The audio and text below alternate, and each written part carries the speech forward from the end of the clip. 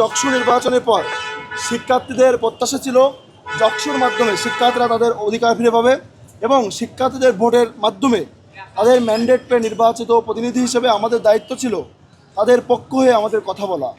আমরা তারই প্রেক্ষিতে আজ জগন্নাথ বিশ্ববিদ্যালয় কেন্দ্রীয় শিক্ষার্থী সংসদের নেতৃবৃন্দ, সাধারণ শিক্ষার্থীবৃন্দ এবং ইনকিলাব মঞ্চের নেতৃবৃন্দ আমরা শহীদ সাজিদ ভবনের সামনে আমরা কয়েকটি পোস্টার হাতে আমরা সেখানে অবস্থান নেই।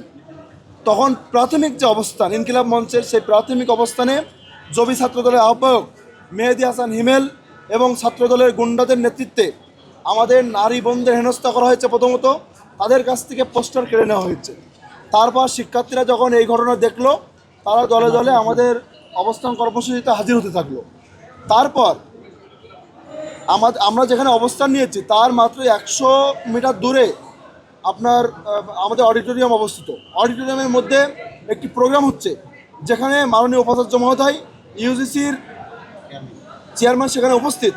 সেখান থেকে ছাত্রদলের গুন্ডা পান্ডারা পুরো অডিটোরিয়াম খালি করে ভিসির নির্দেশে এবং প্রক্টরের নির্দেশে আমাদের উপর হামলা করে, যকসুর ভিপিকে লাঞ্ছিত করার চেষ্টা করে এবং সাধারণ শিক্ষার্থীর উপর তারা হায়নার মতো ঝাঁপিয়ে পড়ে। শুধুমাত্র শহীদ সাজিদ ভবনের উপরে আমাদের উপর হামলা করেছে ক্ষিপ্ত হয়নি, তারা শহীদ মিনার, শান্ত চত্বর, ভিসি চত্বর, বিজ্ঞান ভবন, কলা ভবন, আমরা যেখানে গিয়েছি আমাদের শিক্ষার্থীদেরকে টেনে টেনে তারা হামলা করেছে এবং মাথা ফাটিয়ে দিয়েছে।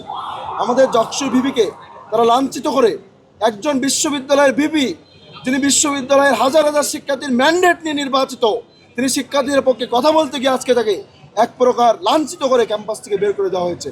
যকসু জিএস তিনি আহত অবস্থায় মেডিকেল সেন্টারে অবস্থান নিয়েছেন, সেখানে তার উপর ব্যাট, শক্ত ব্যাট, লাঠি, হকি স্টিক নিয়ে তার উপর হামলা করা হয়েছে বন্ধুগণ, এবং তার চোখে আঘাত করা হয়েছে, মারাত্মকভাবে তাকে জখম করা হয়েছে।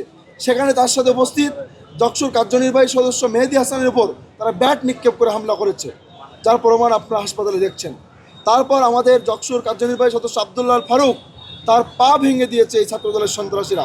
শুধুমাত্র এই হামলা করেই তারা ক্ষান্ত হয়নি। আমরা হাসপাতালে অবস্থান নেওয়ার পর হাসপাতালের গেটে আপনারা দেখেছেন তারা হাসপাতালের মধ্যে ঢুকে আমাদের ভাইদের উপর হামলা করেছে। সম্মানিত সাংবাদিক বন্ধুগণ, অনেক কথা বলে ফেলেছি।